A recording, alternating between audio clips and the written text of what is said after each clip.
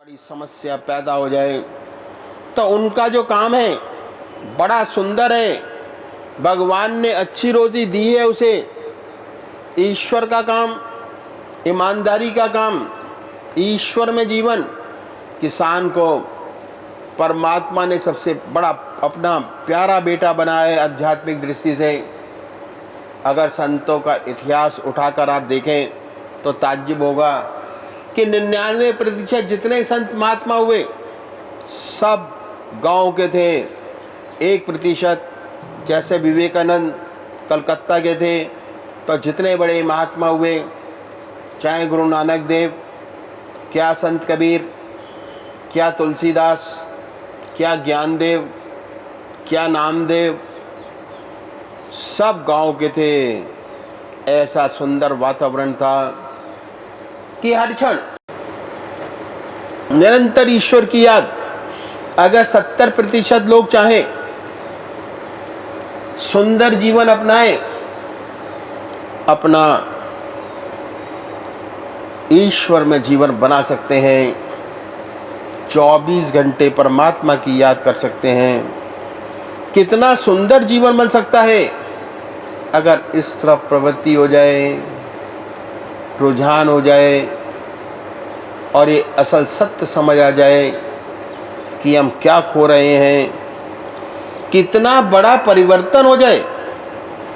आज गांव में राजनीति घुस गई है गंदी। अवसर है भगवान का दिया हुआ, मनुष्य जीवन दिया है अच्छा जीवन बनाने के लिए। अगर हम चाहें, प्रगतिशील हों, हम अपने देश को स्वर्ग बना सकते हैं। प्रेम की गंगा बहे, इतनी आत्मीयता हो कि अपने और गैर में फर्क मालूम ना हो। दूसरी एक और बात है कि कर्म में भावना का बड़ा महत्व है। कौन सा काम किस भावना से करते हैं, कर्म का फल स्तर बदल जाता है भावना की वजह से।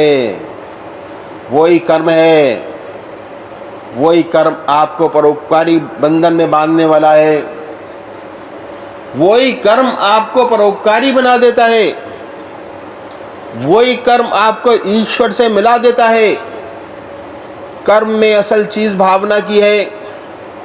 यही किसान है, अगर सिर्फ इस भावना से खेती करता है कि मुझे पैसा मिले, तो पैसा तो मिलेगा, लेकिन अगर उसकी भावना ऐसी बन जाए कि भगवान ने मुझे ऐसा काम सुंदर सौंपा है, मैं सबकी सेवा करता हूँ, अन्न पैदा करता हूँ, यदि इस भावना से काम करे तो परोपकारी हो जाए। यही सात्विक भावना बढ़ते बढ़ते ये अनुभव कराती है कि कितनी मेहनत क्यों ना कर ली जाए, पर यदि ईश्वरी कृपा ना हो कुछ नहीं हो पाता। बड़ी अच्छी फसल लहला रही है, खड़ी है, कटने के लिए तैयार है, पर यदि देव प्रसन्न नहीं और ओले पड़ गए, सब कुछ नष्ट हो गया। किसान अनुभव करता है, मैं नहीं करता, करने वाला तो कोई और है, परमात्मा करता है। और जैसे ये भावना आई, वह अकर्ता बन गया। कर्म करते हुए भी अकर्ता, देखने वाला हो जाता है, करने वाला नहीं। यंत्र समझता है अपने आप को, कर्म दोष मुक्त। कोई करा रहा है, वो कर रहा है। ईश्वर जीवन, ईश्वर में जीवन हो जाता है तो भावना बदल जाने से वही खेती का काम, मोटा खाना, मोटा पहनना, कपड़े भी अच्छे नहीं, दूसरों को देखकर ईर्ष्या होती है, जलता है। जो फैक्ट्री जाते हैं, अच्छे कपड़े पहने फिरते हैं, बेचारा किसान मोटी चादर ओढ़ता है। कभी कभी ईर्ष्या पैदा होती है कि हम तो इतनी मेहनत करते हैं, हमारा ये हाल। अगर पैसे के लिए काम करता है तो कभी शांति नहीं मिलेगी, कभी सुख नहीं मिलेगा। अगर ये भावना आ गई कि मैं तो बड़े परोपकार का काम करता हूँ, भगवान ने मुझे बड़े महत्व का काम दिया है, सौंपा है, कितना सुख पहुँचेगा उसे। और अगर ये ख्याल पैदा हुआ कि ईश्वर ही करता है, मैं नहीं करता, तो फिर कहने ही क्या। वो ही कर्म है, अब परमात्मा से मिलाने वाला हो गया। वही कर्म पहले बंधन में बांधने वाला था। तो यदि 70% किसानों का जीवन बदल जाए, देश की काया पलट जाए और जिंदगी का असली रहस्य समझ आ जाए। दूसरा बड़ा तबका है व्यापारियों का। इसमें 2% व्यापारी तो ऐसे हैं जिनके पास समय का अभाव है, समय नहीं है। सुबह से उठने के बाद रात 10 बजे तक इतनी पैसों की बारिश होती है, बोरियों में भरा फेंक दिया, ये नहीं जानते कहाँ खर्च करें, कैसे करें।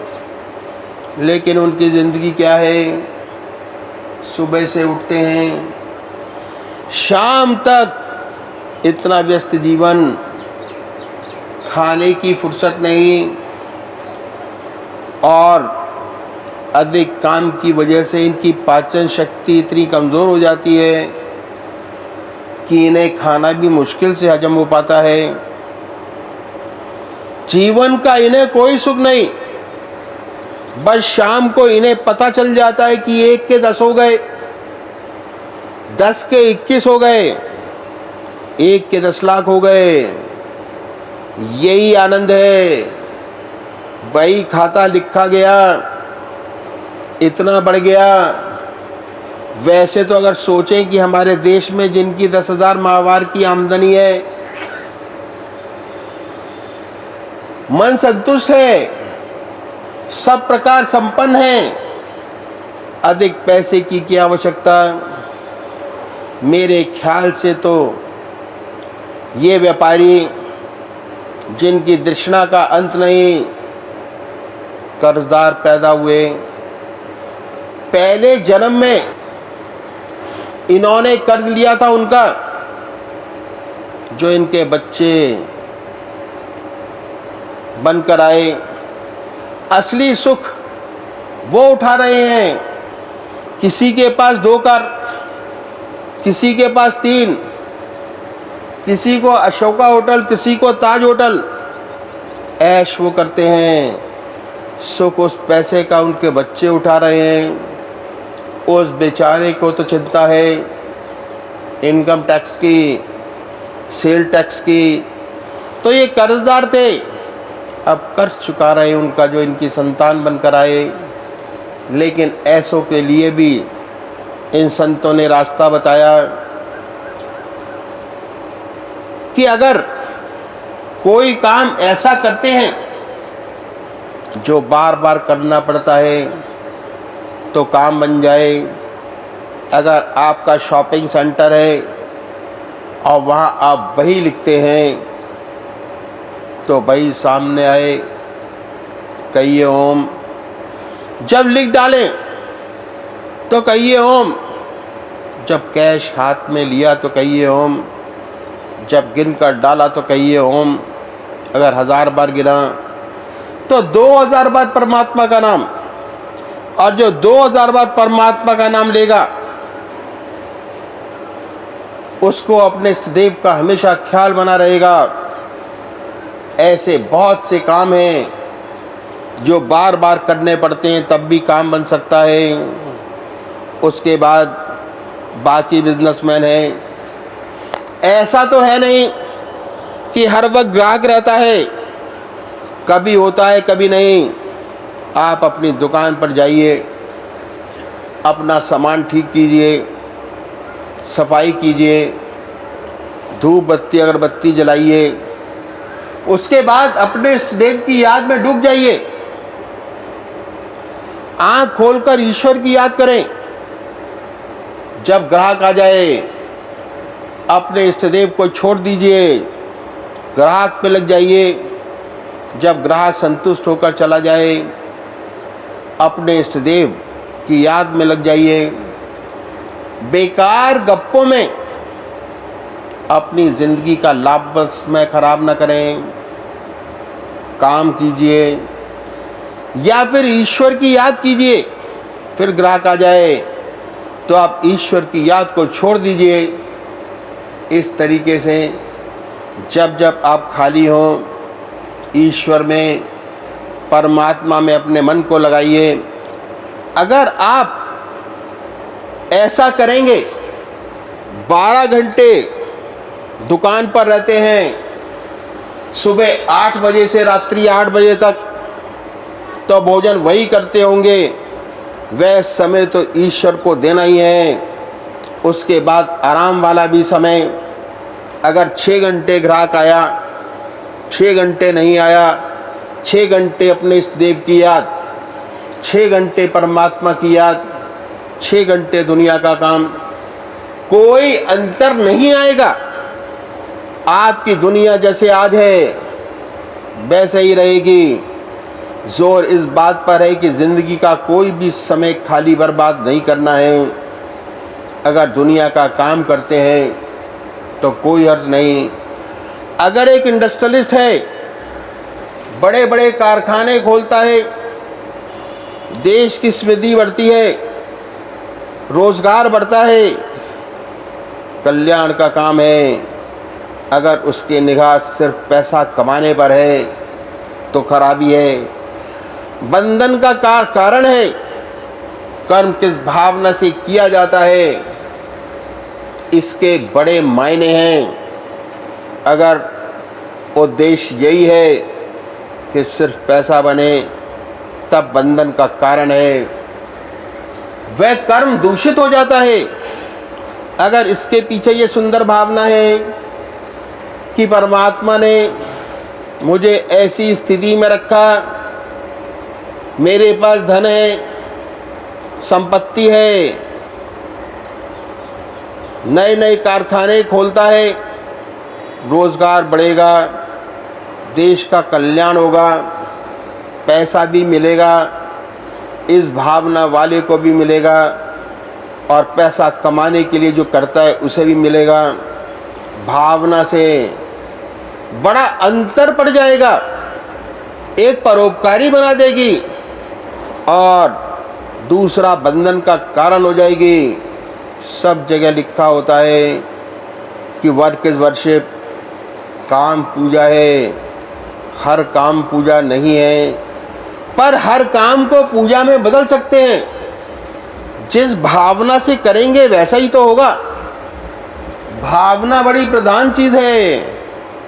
किस भावना से काम किया जा रहा है, किस भावना से काम कर रहे हैं, उसके बड़े मायने हैं। और भावना की वजह से कर्म का फल बदलता चला जाता है। भगवान कृष्ण जी के पास सुदामा जी गए, चावल था उनके पास। उस जमाने में उसकी कीमत 1 कौड़ी की भी नहीं रही होगी, लेकिन भावना थी। तो किस भावना से काम करते हैं, क्या भावना है? भावना बड़ी चीज़ है, वही ऊपर उठाने वाली है, वही नीचे गिराने वाली है।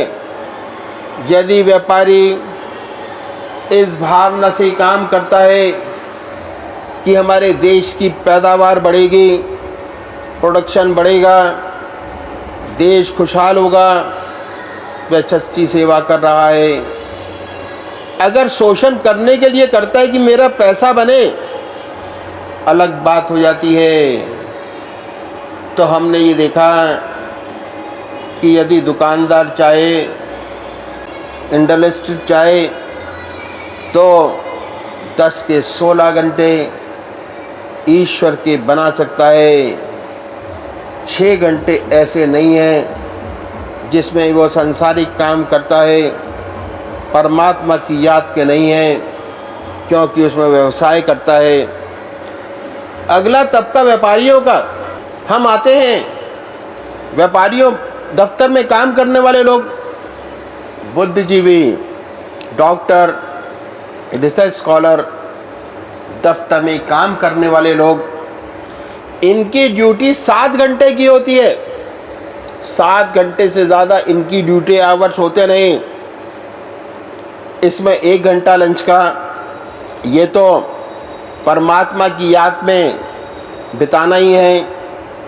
जैसे ही भोजन आपके सामने आए, अपने इष्ट देव की अर्पण कर दीजिए, उसी की याद में खाइए।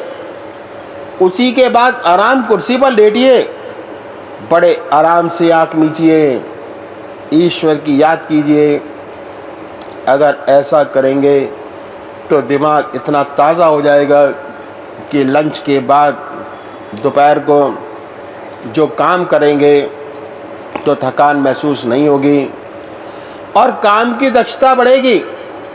15 मिनट बाद, 15 मिनट दोपहर बाद चाय का, और पहले भी 15 मिनट चाय का, आधा घंटा ईश्वर को आसानी से दिया जा सकता है। 7 घंटे में 1.5 घंटा ईश्वर की याद बड़े आराम से की जा सकती है। फिर ऐसा तो होता नहीं कि हमेशा काम लगा रहे, कभी होता है कभी नहीं। आप अब ऐसे बहुत से ऑफिस होते हैं जहाँ पर निरंतर काम बना रहता है, लेकिन अधिकतर जगहें ऐसी होती हैं जहाँ हमेशा काम नहीं होता। आप सुबह दफ्तर जाइए, अपने मित्रों से प्यार से मिलिए, कोई चुटकुला हो तो रीडर डाइजेस्ट का सुना दीजिए ताकि सब खुश हो जाएं। और जब सब खुश हो जाएं तो अपनी सीट पर आइए, अब अपने काम में लग जाइए पूरी लगन के साथ। काम खत्म हो जाए तो भगवान की याद कीजिए आँख खोलकर। किसी को शुबा ना हो कि आप क्या कर रहे हैं, अपने आप को जाहिर ना कीजिए। अगर जाहिर किया तो नहीं बनेगा। अगर आपने कई लोगों से ये कहना शुरू किया कि मैं तो दफ्तर में जाकर भगवान का ध्यान करता हूँ, तो आपको दफ्तर में काम नहीं करने देंगे। कोई कलम मारेगा, कोई चौक फेंक के मारेगा, आपके तरह तरह के नाम रखेगा, स्वामी जी, भक्त जी, कुछ ना कुछ आपको काम नहीं करने देंगे। तो बड़ा सतर्क रहना है, अपने आप को छिपाना है, छिपाकर अभ्यास करना है। और गलती से कहीं आंख लग गई तो अड़ोसी पड़ोसी यही कहेगा कि सेकंड शो पिक्चर का देख के आया है, इसमें कोई दोष नहीं। अगर पता चल जाए कि पूजा करता है तो ज़रूर छेड़ेंगे।